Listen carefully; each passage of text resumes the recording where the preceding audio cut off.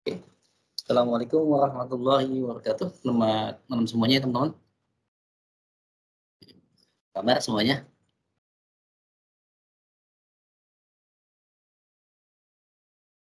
Semoga dalam keadaan sehat walafiat ya teman-teman ya.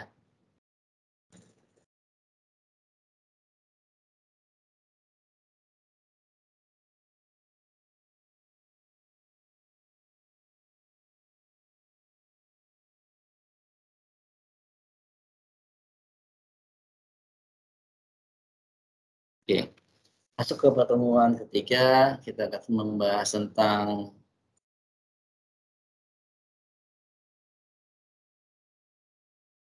sebentar.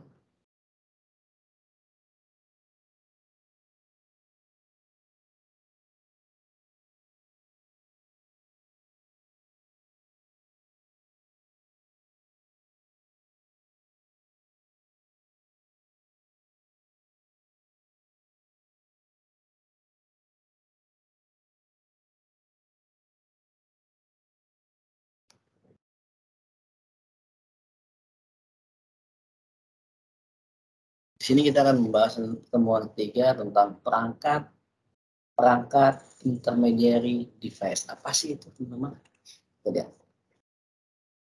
Yang pertama, dalam membangun suatu jaringan komputer, terdapat beberapa intermediary device yang dapat dipergunakan. Yang pertama adalah hub, switch, access point, dan router. Lanjut, hub. Hub itu apa? Hub itu digunakan untuk jaringan LAN yang kecil, yang antar ruangan, bisa antar gedung. Hub ini sifatnya murah, pengoperasiannya mudah, plug and play. Mode komunikasinya hub duplex. Konektor antara end device, penghubung antara device-device yang lainnya. Switch digunakan untuk jaringan LAN sederhana yang kompleks dan multi-layer switch. Dapat dikonfigurasi model manageable untuk kebutuhan keamanan dan pengembangan jaringan. Mampu membagi dan atau segmen jaringan ke dalam beberapa collision domain, jadi bisa dipecah-pecah. Ini subnet berapa, ini subnet berapa, ini subnet berapa. Saya bilang kelas 1. Kelas 1 ada 11, 12, 13 gitu. Yang namanya collision domain. Fungsi dan cara kerja switch yang pertama secara umum membuat keputusan teman-teman berdasarkan destination port atau tujuan port yang akan diakses. Jadi switch ini akan mengarahkan kemana tujuan dari user yang bersangkutan. Yang kedua, menyimpan tabel digunakan untuk menentukan bagaimana meneruskan lalu lintas. Jadi di dalam switch ini ada namanya tabel IP address yang tersimpan, teman-teman. Jadi yang terhubung dengan switch tersebut di data. Kalau saya bilang switch ini sebagai RT-nya, dia mengakses atau dia menyimpan data-data dari warganya. Yang ketiga, switch meneruskan frame data forward frame internet berdasarkan MAC address tujuan. Jadi switch ini meneruskan data yang akan dikirim dari destination ke tujuan. Dari destination ke sumber destination. Hierarki switch network seperti terlihat di gambar ini. Switch dibagi menjadi 3 lapisan, access layer, destination layer, dan core layer. Ketiganya memenuhi kebutuhan yang berbeda pada jaringan. Contohnya core.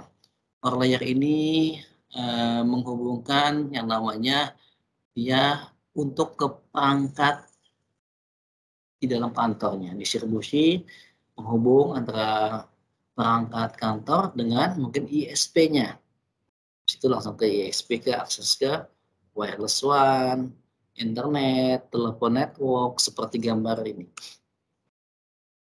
Access layer ini bertujuan untuk menghubungkan koneksi end device ke picture jaringan. Picture switch yang beroperasi di layer tersebut dapat berubah port security.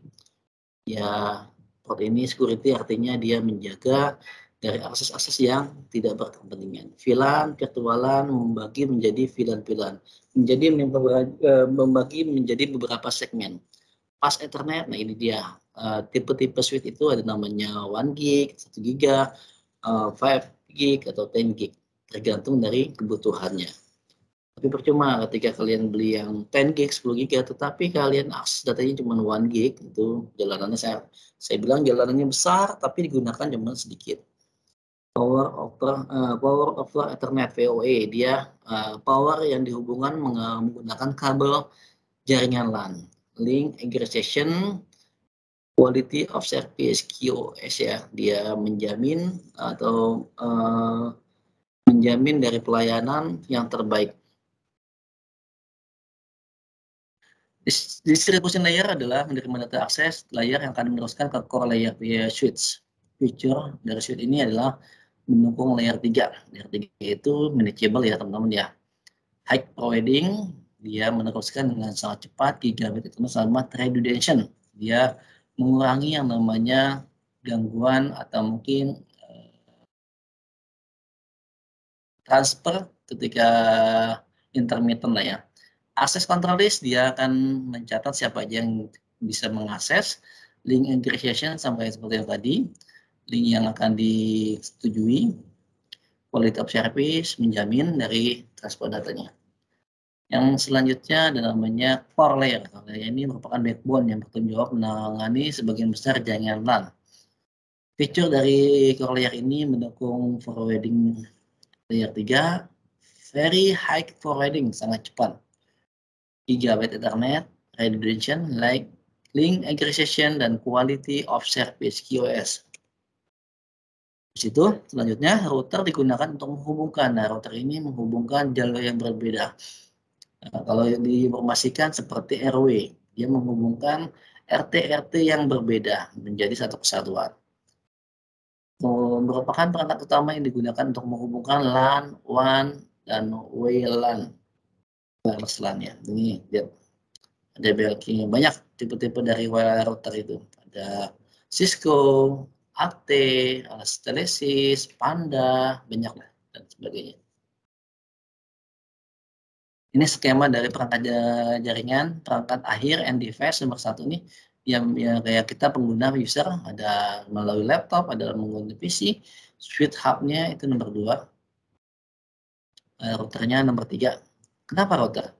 Router itu menghubungkan beberapa perangkat yang berbeda. Di sini ada switch 1 digunakan untuk yang sebelah bawah dengan subnet 1.024, switch 2, jaringan kedua menghubungkan 192.168.2.0, dan switch 3 dia switch line 3 dia jaringannya dengan subnet 192.168.10.027. Nah, di sini di nomor 3 ini semua IP tercatat, IP komputer laptop. Jadi ketika dari arah sini mau menghubungkan ke wireless, di sini dicatat nih. Boleh apa enggak nih? Nomor 2 ke 4, oh boleh, silakan.